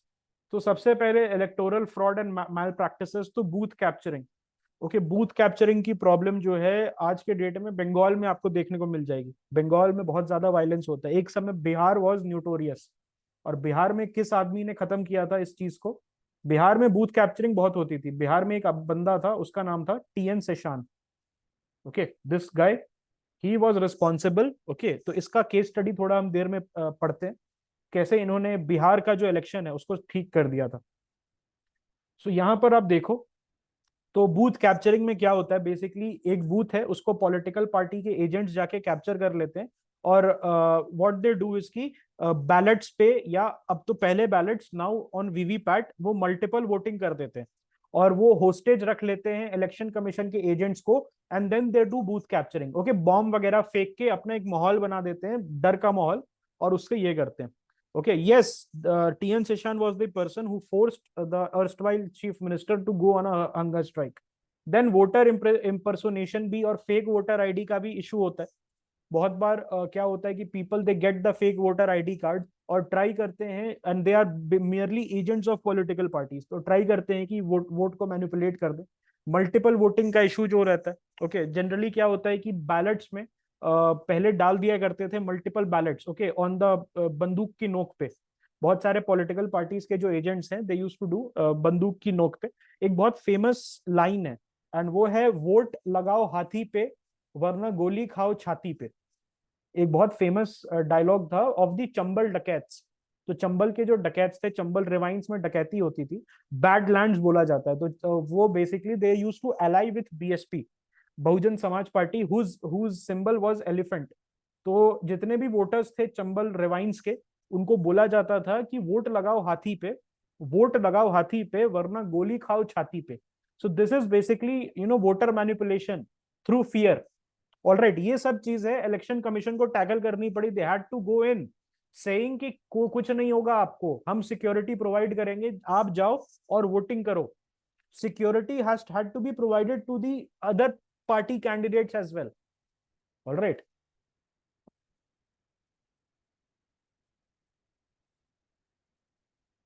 Then campaign finance and electoral spending, उसको देखना पड़ता है कि भाई कितना आप बोल रहे हो 25 लाख खर्चा किया, सही में 25 लाख खर्चा किया कि नहीं, ब्यौरा दो. You give us the audit papers, we will audit that. Okay. आप अगर एक्सीड करते हो स्पेंडिंग लिमिट, ऑलराइट, तो you this will lead to uneven playing field. मैंने आपको लूप होल भी बताया. लूप होल क्या है भाई? पार्टी के फंड पे कोई लिमिट नहीं है, इंडिविजुअल फंड्स पे लिमिट है. There is no limit on party funding. Okay.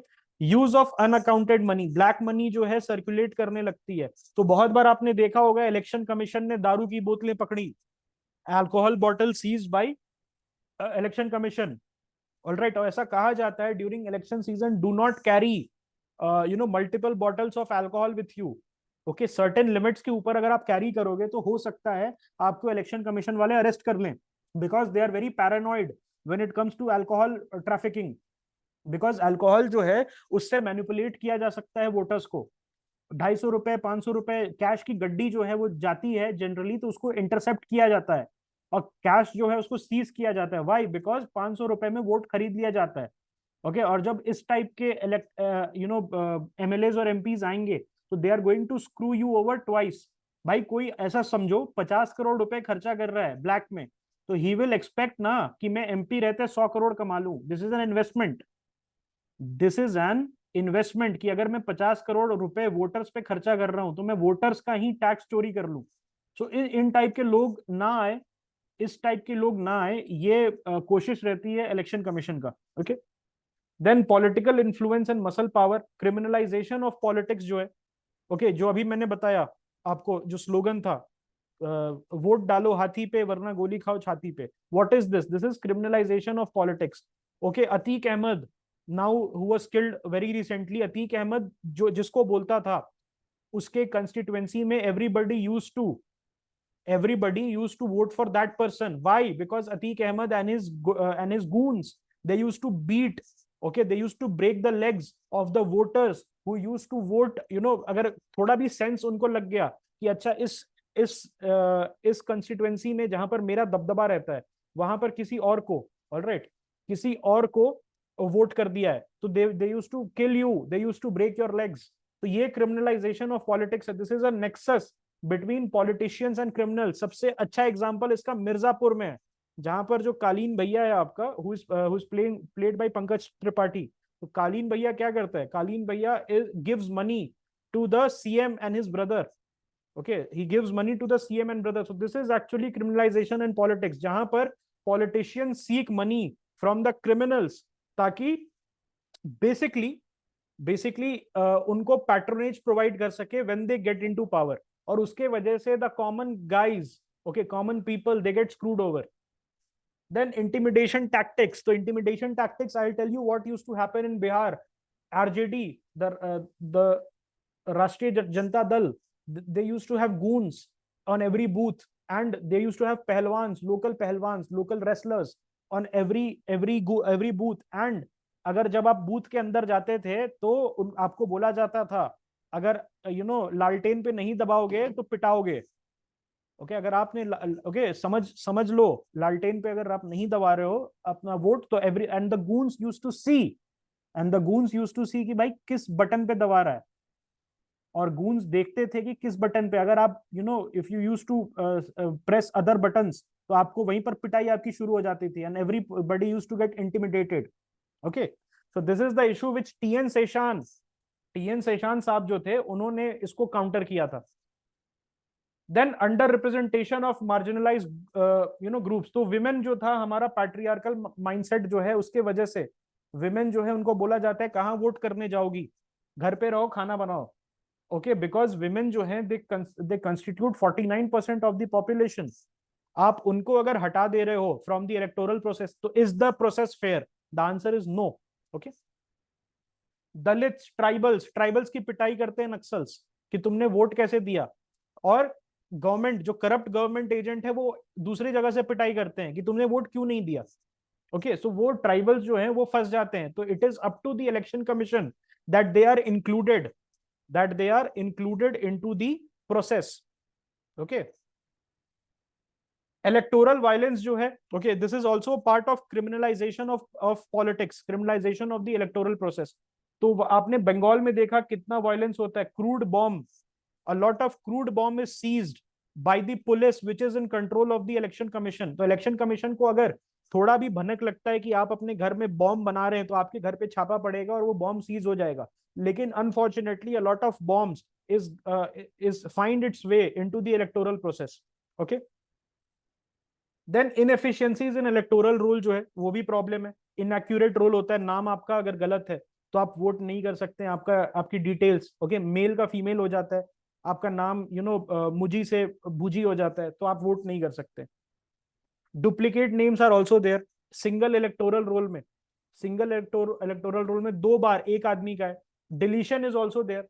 आप कंस्टिट्युएंसी में 50 साल से रह रहे हैं, ऑल राइट, आप 50 साल से रह रहे हैं कंस्टिट्युएंसी में, ओके, तो आपका नाम डिलीट कर दिया गया due to some inefficiency, due to certain reason, और आप 50 साल से रह रहे हैं और आप वोट नहीं कर पा रहे हैं। When you go to the election day, आपको पता चल रहा है यार यहाँ पर तो मेरा नाम ही नहीं है, okay, although I am a resident of this area from the past 50-60 years। Then media influence and misinformation, media bias भी होता है। इसीलिए एग्जिट पोल जो है, एग्जिट पोल और जो ओपिनियन पोल है उस पे भी क्रैकडाउन आया है।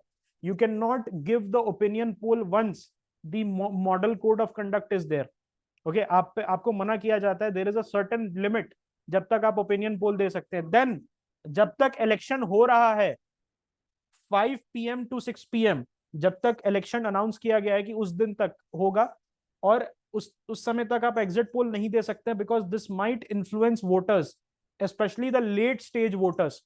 अगर suppose 3 PM you publish the exit poll कि भाई बीजेपी जीत रही है या कांग्रेस जीत रही है, तो हो सकता है the party which is going behind, उसके वोटर्स जाके ज्यादा वोट करने लगे। So this might manipulate the electoral process. तो Dainik Jagran, I think not जागरण, जागरण जोश समथिंग, कोई एक वेबसाइट थी, उसका जो एडिटर था उसको अरेस्ट कर लिया गया था बाय द इलेक्शन कमीशन, क्योंकि उसने ये पब्लिश कर दिया था बाय 3 PM और 4 PM when the electoral process was going on। he had published this fact कि one party is winning and the other party is losing। उसके चलते उसको अरेस्ट कर लिया गया था। Then lack of political awareness is there. Political awareness का मतलब क्या है? आप चले जाओ किसी बैकवर्ड एरिया में, बिहार के किसी रीजन में चले जाओ, आपको बोलेगा कि आप क्यों वोट कर रहे हो XYZ पर्सन के लिए। नॉट इवन बिहार, किसी भी रीजन में चले जाओ, किसी भी रीजन में चले जाओ, तो कास्ट अपने कास्ट के हैं जी, बोला है जी। जो आप लिटरली जाके गरीब जनता से बात करो कि भाई आप क्यों वोट कर रहे हो, तो जो सभी वोट करेंगे हम उसको वोट करेंगे। इंडिया में इंडिविजुअल वोटिंग नहीं होती है, इंडिया में कम्युनिटी वोटिंग होती है, स्पेशली इन रूरल एरियाज, जहां पर पंचायत बोल देती है, पूरा का पूरा विलेज उस तरफ वोट करता है। Okay, so that is the major issue, that is the major issue in India, that India में community voting is a big issue. Okay, जहां पर नॉट इवन खाप्स, खाप्स तो एक एक कंपोनेंट है, and that is khaps are limited to the Rajasthan, west UP and the Haryana areas. लेकिन community leaders होते हैं, not even in South India, community leaders जिसको कह देते हैं, people tend to vote that way. पूरा का पूरा विलेज बीजेपी को वोट कर दिया, पूरा का पूरा विलेज TRS को वोट कर देता है, पूरा का पूरा विलेज RJD को वोट कर देता है। This is the problem. Okay,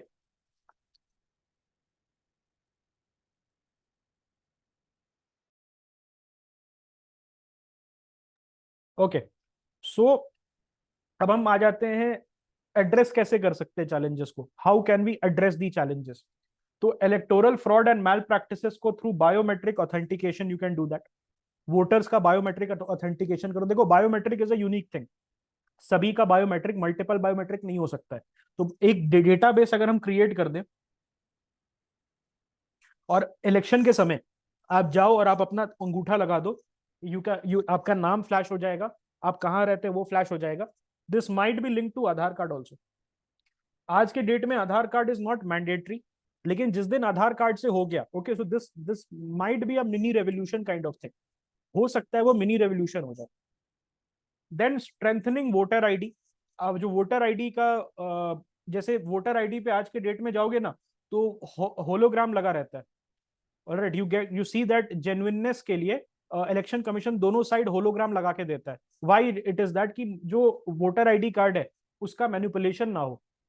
campaign finance and electoral spending में you can do state funding of elections, जहां पर बहुत सारे कंट्रीज में, छोटे कंट्रीज में, not on the larger scale, छोटे कंट्रीज में क्या होता है कि स्टेट फंडिंग होती है, जहां पर हर पार्टी को सर्टेन फंड्स टैक्स पेयर के मनी से दे दिया जाता है, ताकि वहां पर कॉर्पोरेट्स का और माफियाज का जो इन्फ्लुएंस है वो कम हो जाए। And every party is given certain fund based on their level, या ऐसा भी होता है कि सारी पार्टीज को इक्वल फंड दे दे।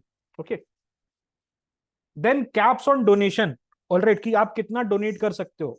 यूएस में बड़ा ही एक ब्यूटीफुल थिंग है, जब वहां पर प्रेसिडेंशियल इलेक्शन जब होता है, तो प्रेसिडेंट जैसे विवेक रामास्वामी है, डोनाल्ड ट्रंप है, निकी हेली है, so they have their own finances, campaign वहां पर आप डोनेट कर सकते हो, एंड दीज आर ऑडिटेड, कि कहीं फॉरेन कंट्री से पैसा तो नहीं लिया, रशिया से पैसा तो नहीं लिया, चाइना से पैसा तो नहीं लिया। वो ऑडिट जो है वो किया जाता है। अगर पता चले रशिया से पैसा लिया, चाइना से पैसा लिया, तो हो सकता है the supreme court will cancel your presidency. हो सकता है it will make your presidency null and void. President आप बन गए, बाद में पता चला रशिया से पैसा खाया या चाइना से पैसा खाया है, जो एनिमी कहा जाता है, या किसी फॉरेन कंट्री से पैसा खाया, ऑलराइट, तो उसके लिए आपका प्रेसिडेंसी भी cancel, you have to leave the White House. इस यहां तक नौबत आ जाती है। ट्रम्प के साथ हुआ था ये, वो बोला गया था कि इन्फ्लुएंस है जी, रशिया, जो रशियन बॉट्स हैं उन्होंने ट्रम्प कैंपेन को इन्फ्लुएंस किया। Okay, then transparency in funding, mandate कर सकता है ईसीआई कि आप फुल डिस्क्लोजर दीजिए कहां कहां से आपको पैसा आया। बट अगेन इसमें लूप होल क्या है, मैंने बताया ना, इंडिविजुअल कैप है, लेकिन there is no cap on the party level, how much the party can spend. तो पार्टी जनरली बैक करती है अपने कैंडिडेट्स को with extra resources. Okay, political influence को कैसे कर सकते हैं, तो decriminalisation can be there, disqualifying candidates with criminal backgrounds. Okay, ये आरपीए में है, एज शेड्यूल में, if you guys remember, as schedule में लिखा हुआ है who can be basically eliminated from the electoral process. Okay, can you guys hear me clearly? एक बार बता दो, एम आई ऑडिबल?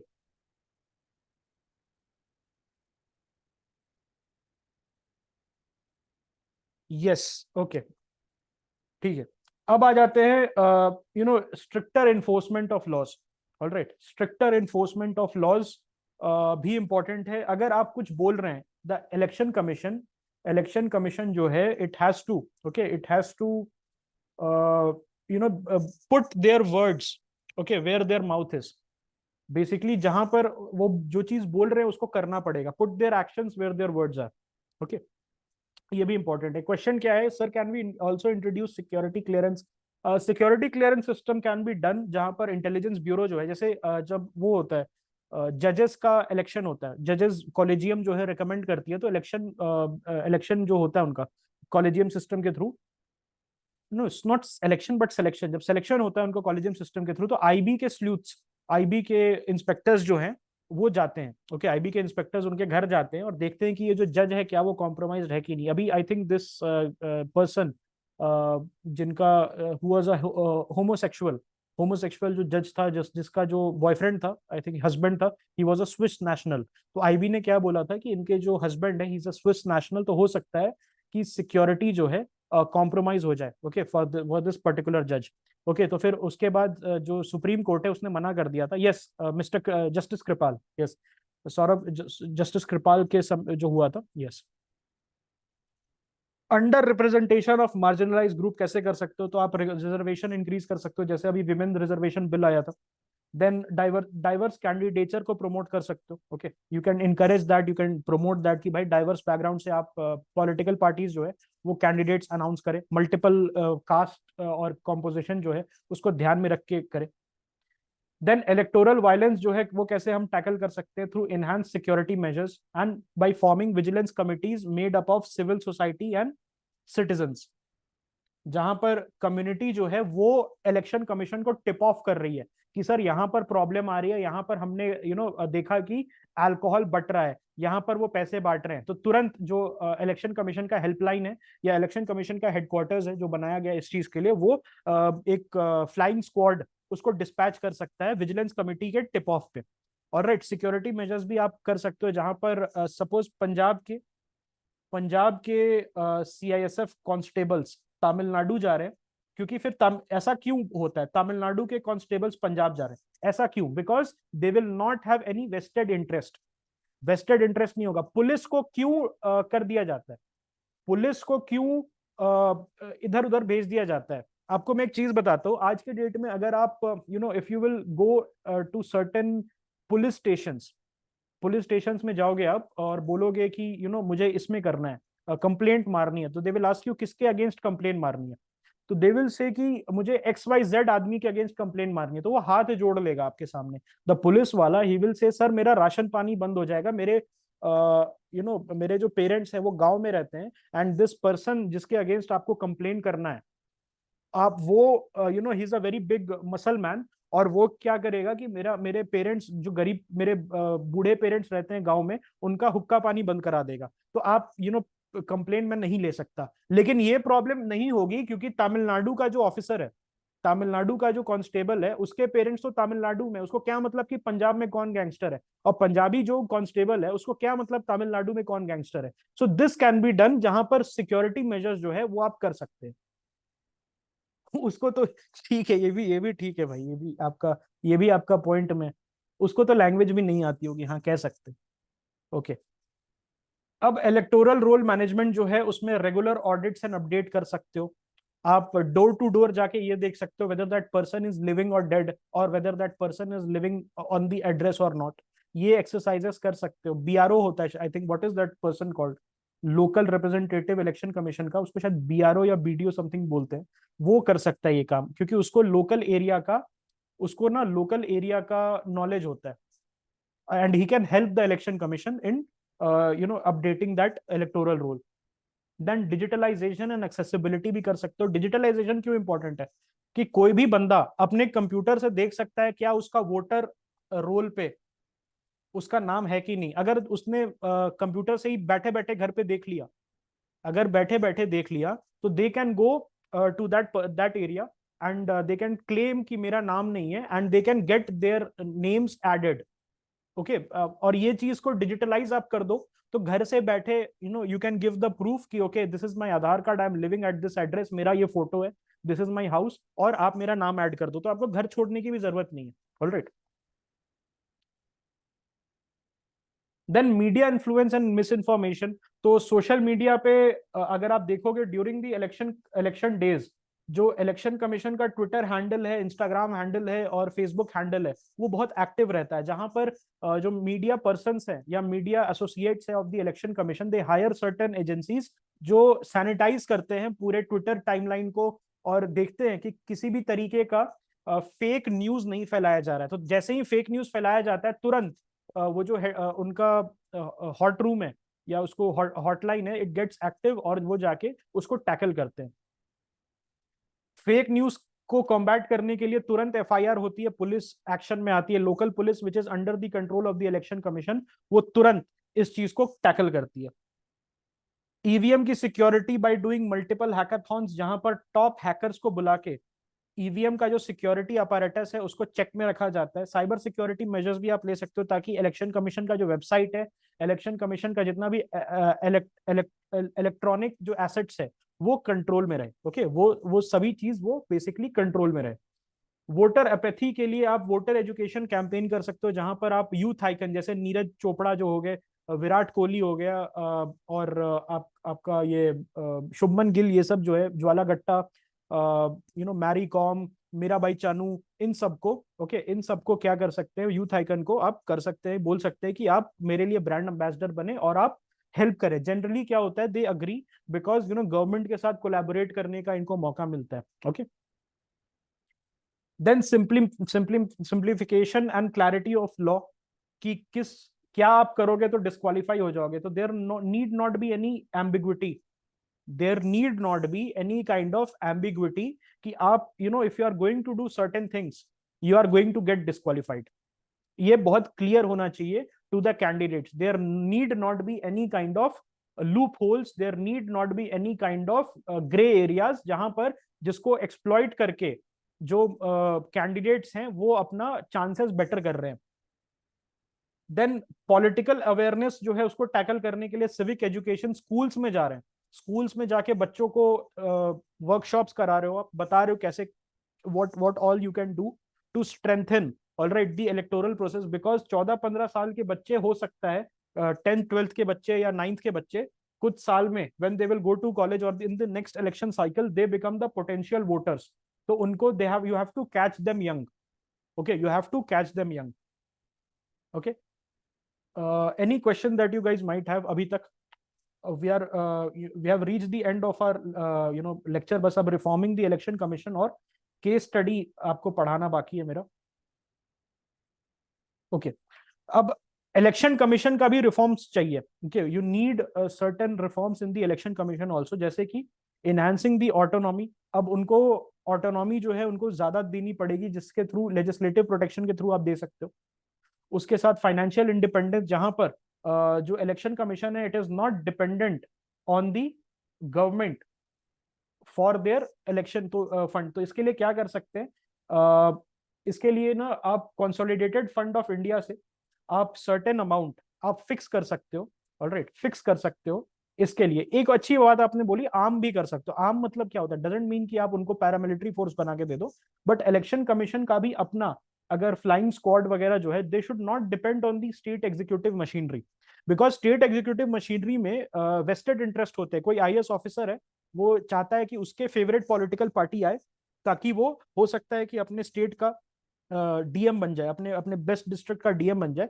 तो हो सकता है वो जो डीएम है he might be working on paper, he might be working for the election commission, लेकिन उसका वेस्टेड इंटरेस्ट किसके लिए, सर्टेन पॉलिटिकल पार्टी के लिए, may be for the ruling party और द ऑपोजिशन पार्टी, कि ये सीएम आएगा ना तो मुझे कैपिटल सिटी का डीएम बना देगा या मुझे अपना प्राइवेट सेक्रेटरी बना देगा तो मैं बहुत पावरफुल हो जाऊंगा. तो इस टाइप की चीजों के लिए अगर डिपेंडेंट है, this is basic human nature, अगर इलेक्शन कमीशन डिपेंडेंट है इस टाइप के लोगों पे तो हो सकता है कि जो इलेक्टोरल इंडिपेंडेंस है, इलेक्टोरल प्रोसेस है वो कॉम्प्रोमाइज हो जाए. Okay, then there needs to be fixed tenure. Okay, fixed tenure जो है वहां पर क्या होना चाहिए कि there needs to be transparent appointment process. तो यहाँ पर आप कॉलेजियम सिस्टम बना सकते हो एक तरीके से, इंडिपेंडेंट कॉलेजियम सिस्टम, जहां पर इलेक्शन कमीशन जो है उसका appointment it is not dependent on the prime minister और the executive, it is dependent on the certain fixed collegium. Okay, special cadre भी आप बना सकते हो, इंडियन इलेक्शन ओके सर्विसेज या Indian electoral services, IES type का, इस type का चीज आप बना सकते हो.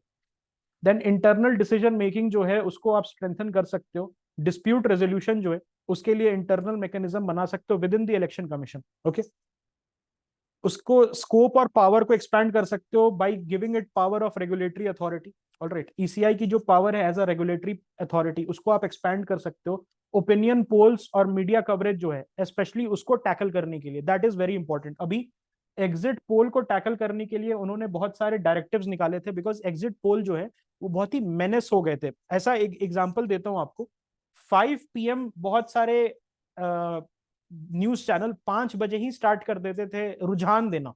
There is something called Hindi में रुझान. रुझान इज व्हाट, रुझान इज बेसिकली ट्रेंड्स. ओके, रुझान मतलब इंग्लिश में होता है ट्रेंड्स. तो जो ट्रेंड्स होता है वो पहले ही देना स्टार्ट कर देते थे. उसके वजह से प्रॉब्लम क्या आती थी, उसके वजह से जो 7 बजे तक वोट कर रहा है, 6 से 7 बजे मान लो 10,000 वोट पड़ने हैं, they use to get influenced, these people use to get influenced. Okay, technologically upgrade अपने आप को करते रहना चाहिए.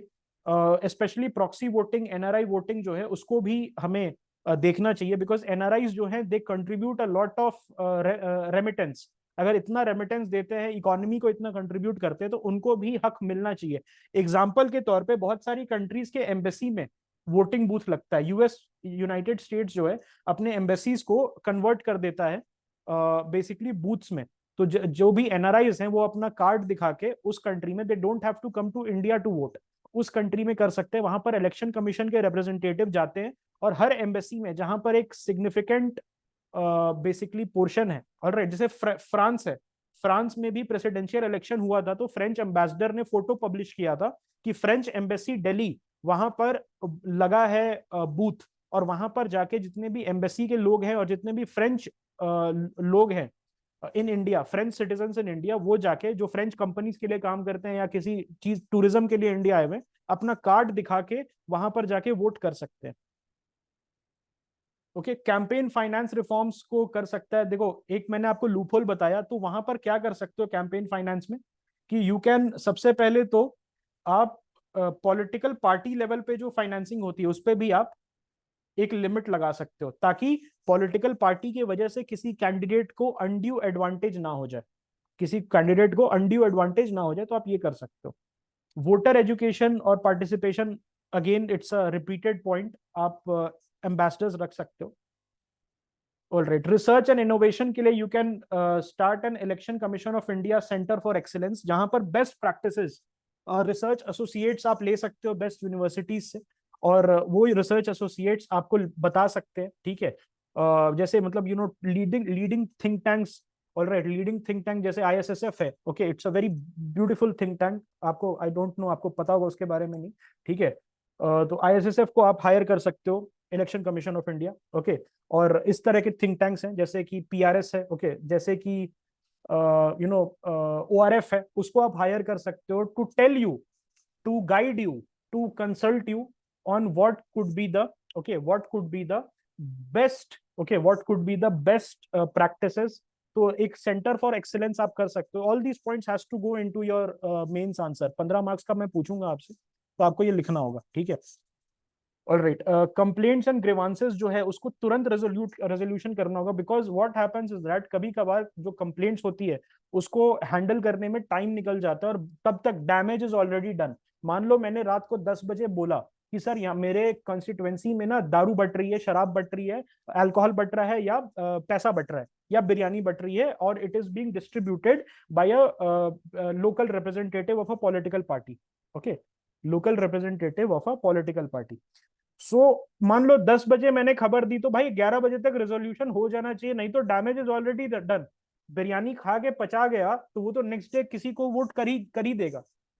लेकिन अगर इलेक्शन कमीशन बोल रहा है हम सुबह देखेंगे, हमारे पास लोग नहीं है, we don't have the manpower, तो this is a very big problem. Okay, feedback लेते रहना चाहिए, ओके, कि क्या क्या चीजें आप अच्छा कर सकते हो बूथ पे, पानी की व्यवस्था, इंफॉर्मेशन की व्यवस्था, गाइडेंस की व्यवस्था।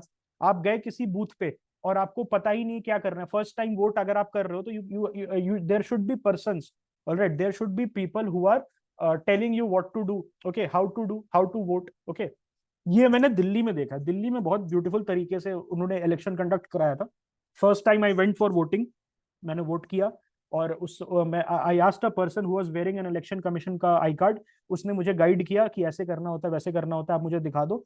15 मिनट में आई वाज आउट वोटिंग करने के, and before that I was very anxious कि करना क्या है। सो इस टाइप की चीजें ऑल इंडिया लेवल पे हो सकती है। जो Delhi is a capital city, Delhi is a capital city, तो ये चीजें all India, all right, all India level जो है अब आप उस पर कर सकते हो। अब हम आ जाते हैं फाइनली रिपोर्ट्स वगैरह देखते हैं। तो तारकुंडे कमिटी जो है उसका रिपोर्ट है, दिनेश गोस्वामी कमिटी का रिपोर्ट है, इंद्रजीत गुप्ता कमेटी का रिपोर्ट है, लॉ कमीशन का 170th एंड 255th रिपोर्ट है, सेकंड एडमिनिस्ट्रेटिव रिफॉर्म कमीशन जो है उसका रिपोर्ट है, वीरप्पा मोइली जी जो है, इलेक्शन कमीशन ऑफ इंडिया का इंटरनल प्रपोजल भी है, that you have to keep in mind, okay. और वोहरा कमेटी का रिपोर्ट है 93 का, जस्टिस जीवन Reddy committee, all of them can be coated. और जितना भी रिपोर्ट्स है ये, इसको मैं रिपीट नहीं कर रहा, बिकॉज मैंने जो अभी आपको बताया reforms, all of the reforms I have taken from these reports only. जो भी रिपोर्ट्स बने इसको आप कोट कर सकते हो, इसीलिए नोट्स में आपके प्रेजेंट रहेंगे, इसको आप कोट कर सकते हो। तो Dinesh Goswami committee is an important committee, इसको याद रखना।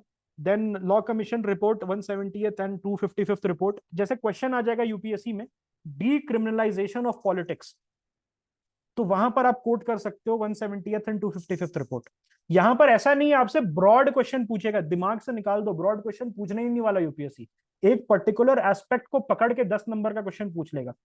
आज हमने ब्रॉड एस्पेक्ट्स कंसिडर किए हैं, लेकिन इट माइट आस्क यू कि फाइनेंसेस का क्या चैलेंज है, फंडिंग का क्या चैलेंज है, स्टेट फंडिंग होनी चाहिए कि नहीं होनी चाहिए।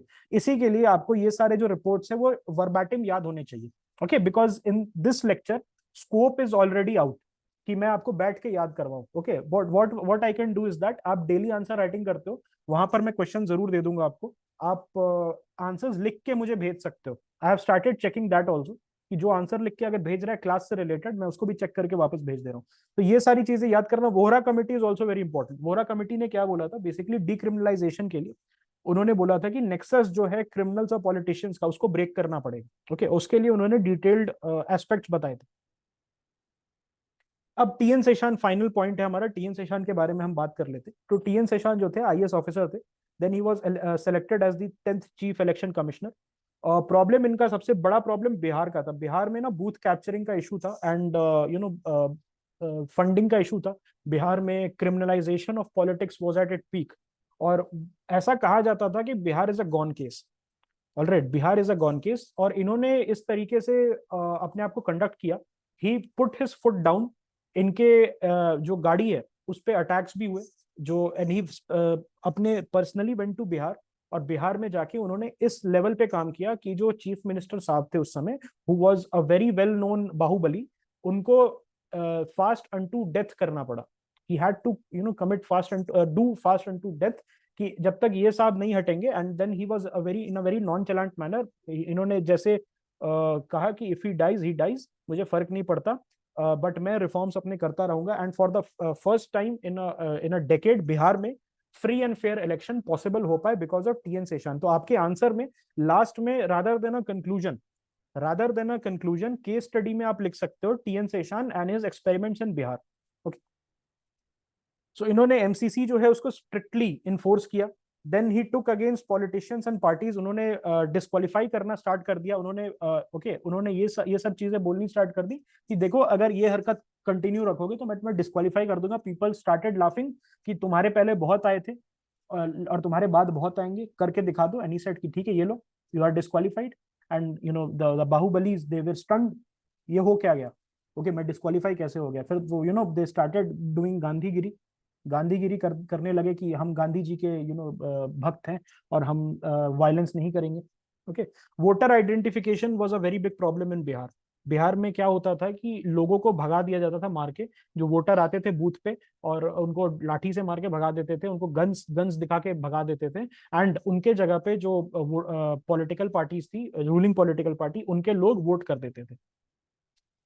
ओके, बूथ कैप्चरिंग पे, वोटर इंटिमिडेशन पे उन्होंने किया था. How did he do that? तो बाय इंक्रीजिंग पर बूथ उन्होंने दो गनमैन से, ओके, दो गनर से लेके उन्होंने 10 गनर रखवा दिए. उन्होंने बोला I don't care, I want 10 people पर बूथ. ओके, कोई आता है उसको पकड़ के पीटो और उनको भगाओ, क्योंकि वोटर्स का इंटिमिडेशन नहीं होना चाहिए. Voter intimidation was a very very big problem. Okay, election expenditure जो है उसको उन्होंने कर्ब किया. He use to conduct flying checks. Okay, flying squads बनाया उन्होंने, बहुत सारे फ्लाइंग स्क्वाड्स बनाए और उनको सरप्राइज चेक पे भेजने लगे. He started sending them on surprise cheque. और उसके वजह से बहुत सारा अल्कोहल का बॉटल्स, बहुत सारी चीजें, it was seized during his tenure. Okay, so TN Seshan को आप एज अ कंक्लूजन लिख सकते हो. डिक्रिमिनलाइजेशन ऑफ पॉलिटिक्स का क्वेश्चन आ जाए, इलेक्टोरल रिफॉर्म्स का क्वेश्चन आ जाए, इलेक्शन कमीशन रिफॉर्म्स का क्वेश्चन आ जाए, तो it's an evergreen template that I have given you. Okay, notes में मिल जाएगा आपको, पढ़ सकते हो आप और उसको इनकलकेट कर सकते हो. Any questions that you guys might have, the lecture is complete and we have completed a very very big chunk of our governance portion, because electoral reforms जो है वो बहुत ही एक इंपॉर्टेंट टॉपिक है. Okay, any questions that you guys might have? Okay, yes, gambler, please ask. Sir मैं आपसे ये पूछ रहा था, जो इलेक्टोरल बॉन्ड्स वाला क्वेश्चन है वो अभी भी प्रेजेंटली सुप्रीम कोर्ट के इनहेरेंट है, तो उसमें one of the pro and against argument ये है कि एनोनिमस रहते हैं, तो जैसे आपने बताया कि वो कॉर्पोरेट वगैरह के लिए होता है, लेकिन पीआईएल डाल के हम ये भी तो कह सकते हैं कि राइट टू नो वाली बात हो जाती है, क्योंकि पूरी डेमोक्रेटिक सेटअप पे इफेक्ट करता है ना वो, डेमोक्रेटिक सेटअप पे ही मतलब। और पार्लियामेंट्री फॉर्म ऑफ डेमोक्रेसी अगर आप उसको एक वे में इंटरप्रेट करें तो वो क्या कहते हैं, बेसिक स्ट्रक्चर पे भी चली जाती है बात। तो जस्ट बिकॉज फ्यू एलिट्स की एनोनिमिटी की बात है, तो लेकिन at the large whole public should be known, right, for the government government has said ना, इस पे गवर्नमेंट ने अपना, because what you are saying is true, but the supreme court has asked the government कि आपका क्या stand है इस पे, तो गवर्नमेंट सेड कि हाँ, तो this भाई is- अटॉर्नी जनरल तो ऐसे हगे हुए वो दलील दे रहा है, उसमें बोल रहा है कि नहीं नहीं ये right to know isn't essential और ये बिजनेस टाइप है, हमें एक्सेप्ट करना चाहिए। गवर्नमेंट का तो यही अटॉर्नी जनरल